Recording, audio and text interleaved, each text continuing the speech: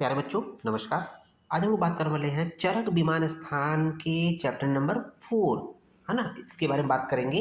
जो इस चैप्टर का नाम है त्रिविध रोग विशेष विज्ञानियम अध्याय विमानम अध्यायम, है ना।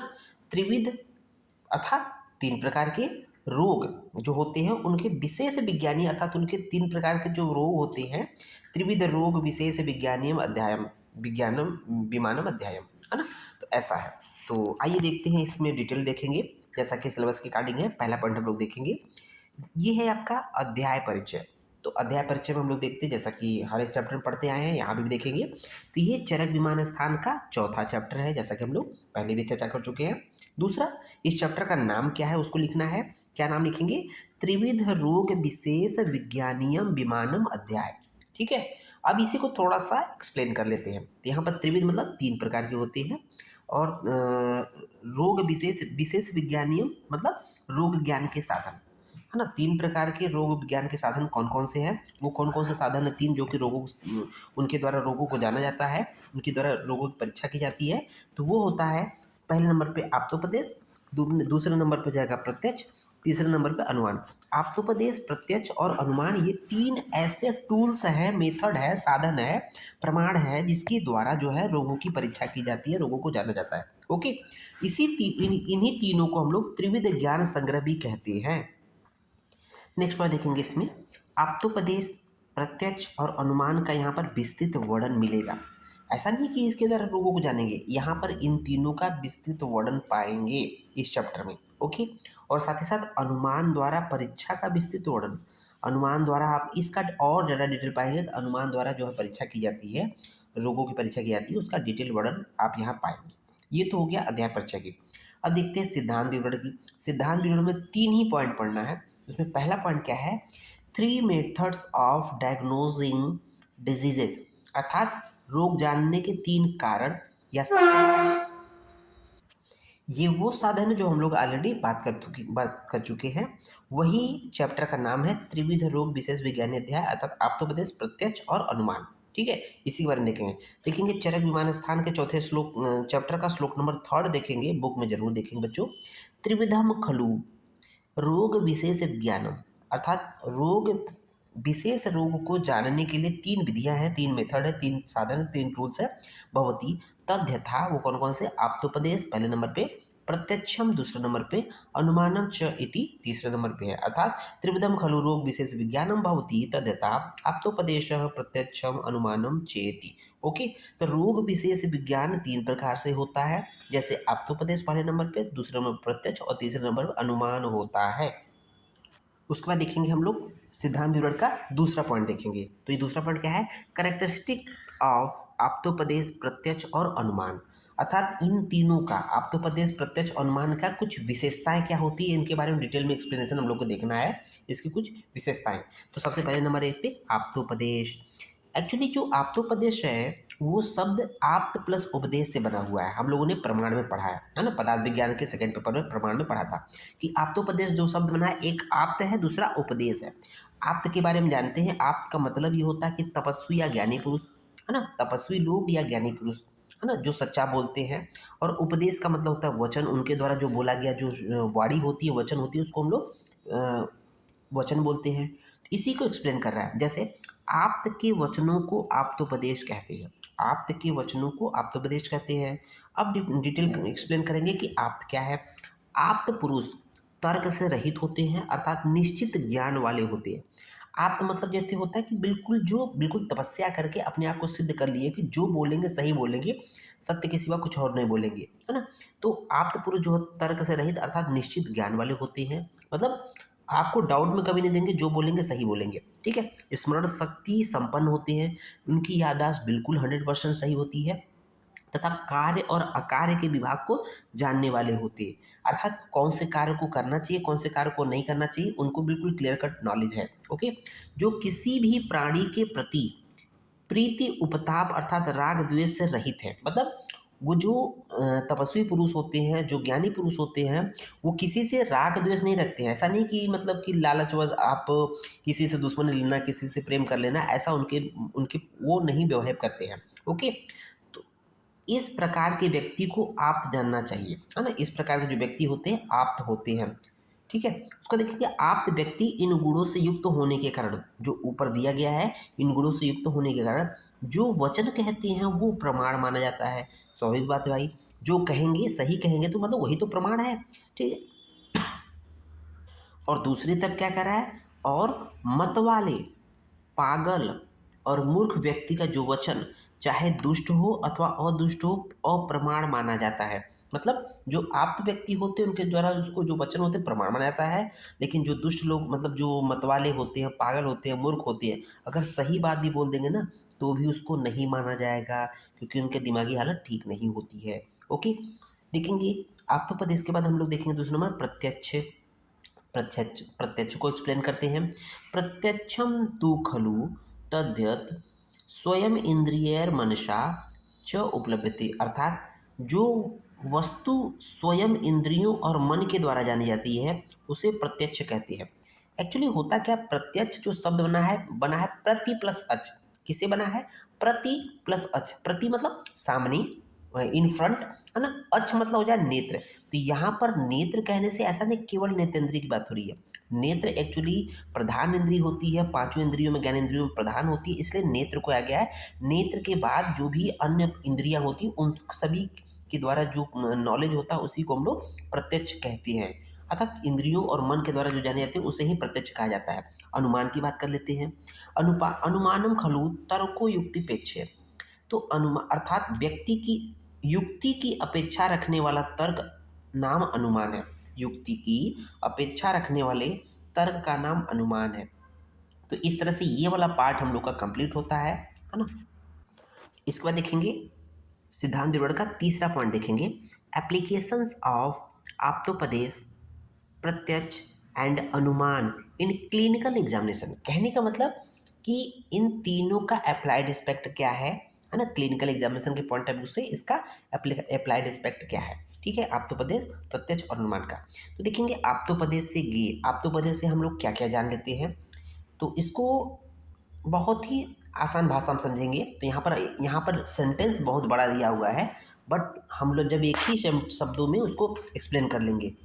इसको एक बार पढ़ लेते हैं, उसके बाद हम लोग इसको बहुत ही आसान भाषा में आपको बता देते हैं। जैसे बुद्धिमान वैद्य रोगों की परीक्षा करने के लिए इस प्रकार उपदेश करते हैं। कैसे उपदेश करते हैं, जैसे एक एक रोग को ऐसे प्रकोपण वाला, ऐसी प्रकृति वाला, ऐसे कारणों वाला, ऐसे स्वरूप वाला, ऐसे स्थान वाला, ऐसे वेदना वाला, ऐसे लक्षण वाला इत्यादि, ये सभी बातें उपदेश से जानी जाती है। कहने का मतलब आप जिस भी संहिता ग्रंथ को पढ़ते हो, है ना, वही तो आपके आप्तोपदेश है। मतलब उसमें जो जो बातें बताई गई है उसको सब मानते हो, एज ए प्रमाण के रूप में है। चाहे चरक संहिता हो, चाहे सुश्रुत संहिता हो, चाहे अष्टांग हृदय हो, चाहे अष्टांग संग्रह हो, मतलब कोई भी जो बुक पढ़ते हैं, ऑथेंटिक बुक पढ़ते हैं, वो प्रमाण के रूप में मानी जाती है। मतलब उसमें जो बातें होती है सही होती है।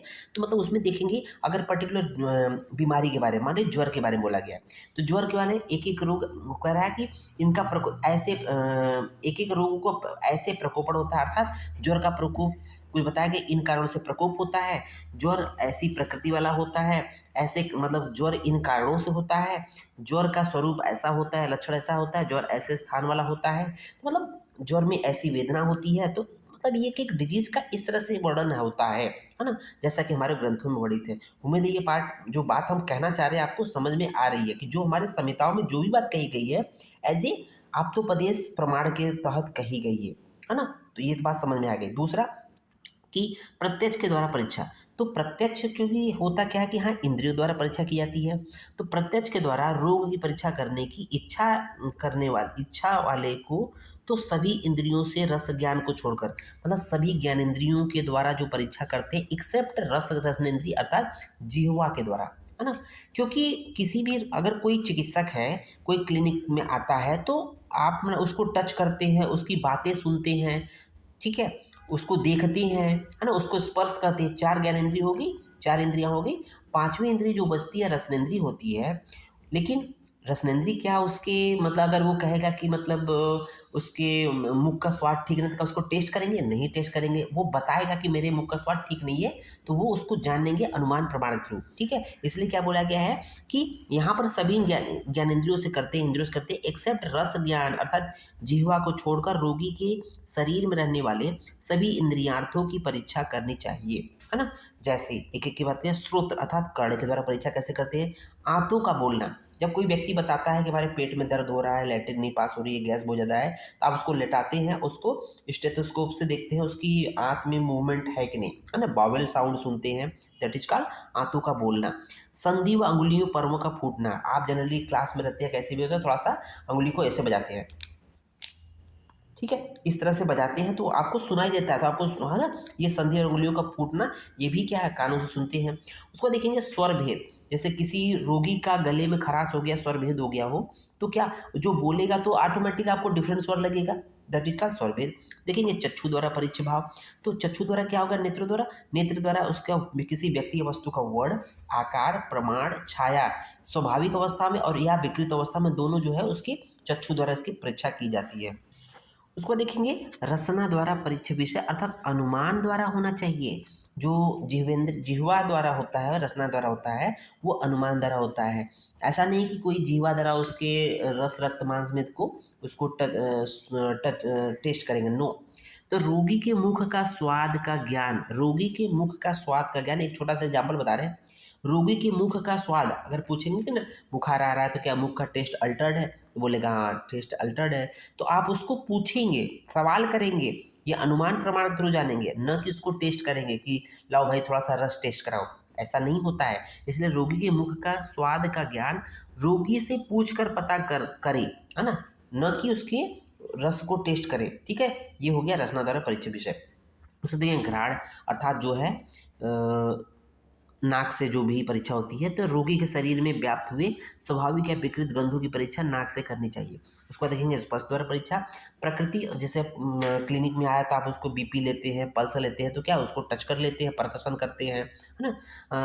तो प्रकृति और विकृति से युक्त स्पर्श की परीक्षा हाथ द्वारा करनी चाहिए। ये तो हो गई आपकी प्रत्यक्ष द्वारा परीक्षा। अब देखते हैं तीसरा अनुमान द्वारा परीक्षा अर्थात इसका एक अप्लाइड पार्ट देखते हैं। तो यहाँ देखेंगे वेरी वेरी इंपॉर्टेंट पार्ट है। किसी भी कॉम्पिटिटिव एग्जाम में, किसी भी एआईपीजीटी हो या नेक्स्ट एग्जाम में, हर एग्जाम में यहाँ से प्रश्न जरूर बनता है बच्चों।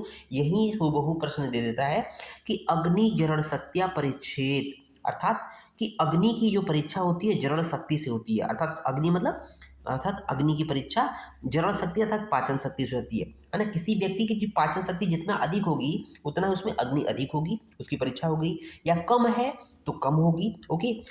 बलम व्यायाम शक्तियाँ अर्थात जो बल की जो परीक्षा होती है, किसी व्यक्ति की व्यायाम करने की क्षमता से होती है। दो व्यक्ति हैं, कोई ज़्यादा व्यायाम करता है, इसका मतलब उसमें ज़्यादा बल होता है, जो कोई कम व्यायाम कर पाता है इसमें उसमें कम बल होता है, ओके। श्रोतादि शब्दाद्य अर्थ ग्रहणेन अर्थात शब्दादि विषयों के समुचित ग्रहण से कर्णादि इंद्रियों की परीक्षा होती है। मनो अर्था व्यभिचरणेन अर्थात मन के अर्थ अर्थात चिंत विचार आदि के ग्रहण से मन की। उसको देखेंगे विज्ञानम व्यवसायन, वेरी वेरी इंपॉर्टेंट है बच्चों, इसको हाईलाइट कर लीजिएगा। विज्ञानम व्यवसायन अर्थात व्यवसाय से विज्ञान की, रजह संज्ञान अर्थात आसक्ति से रजोगुण की परीक्षा, मोह अविज्ञानीन अर्थात अज्ञान से मोह की परीक्षा करते हैं, क्रोधम अभिद्रोहिण अर्थात द्रोह से क्रोध की, शोकम दैनेन अर्थात दीनता से शोक की, हर्षम आमोदेन अर्थात आमोद प्रमोद से हर्ष की, प्रीतिम तोषेण अर्थात संतोष से प्रीति की, भय विषादेन अर्थात विषाद से भय की परीक्षा करते हैं, धैर्यम अविषादेन अर्थात अविषाद से धीरता की परीक्षा करते हैं। और देखेंगे वीर्यम उत्थानेन अर्थात उत्साह से वीर्य की परीक्षा करते हैं, अवस्थानम विभ्रमण अर्थात भ्रम न होने से मन की अवस्था की परीक्षा करते हैं, श्रद्धाम अभिप्रायण अर्थात किसी वस्तु की इच्छा से श्रद्धा की परीक्षा करते हैं, मेधा ग्रहण अर्थात विषय ग्रहण से मेधा की अर्थात कोई आसानी से कोई चीज़ याद कर ले रहा है, इसका मतलब उसकी मेधा अच्छी है। उसको नहीं याद हो रहा है, इसका मतलब बेटा अच्छी नहीं है। संज्ञा नाम ग्रहण अर्थात नाम ग्रहण से संज्ञा की परीक्षा। स्मृति में स्मरण अर्थात स्मरण शक्ति से स्मृति की परीक्षा। शीलम अनुशीलन अर्थात लज्जा करने से लज्जा की, मतलब कोई चीज़ लज्जा के विषय है, कोई व्यक्ति लज्जित हो जाता है, इसका मतलब उसके अंदर लज्जा है, ये परीक्षा है। अगर कोई लज्जा, उसके अंदर लज्जा नहीं आती, इसका मतलब उसके अंदर लज्जा ही नहीं है। द्वेषम द्वेषेन, ठीक है, प्रतिषेधेन अर्थात मना करने से द्वेष की। धृतिम और अवलोलेन अर्थात लालच न करने से धृति की। गूढ़म लिंगम व्याधि उपशय अनुपशभ्याम अर्थात जिन व्याधियों का लक्षण गुप्त है ना, उनकी परीक्षा उपशय व अनुपशय के द्वारा की जाती है। तो इस तरह से हम लोग का ये पार्ट कंप्लीट हो जाता है, अर्थात ये जो चौथा चैप्टर है ना, ये कंप्लीट होता है। धन्यवाद।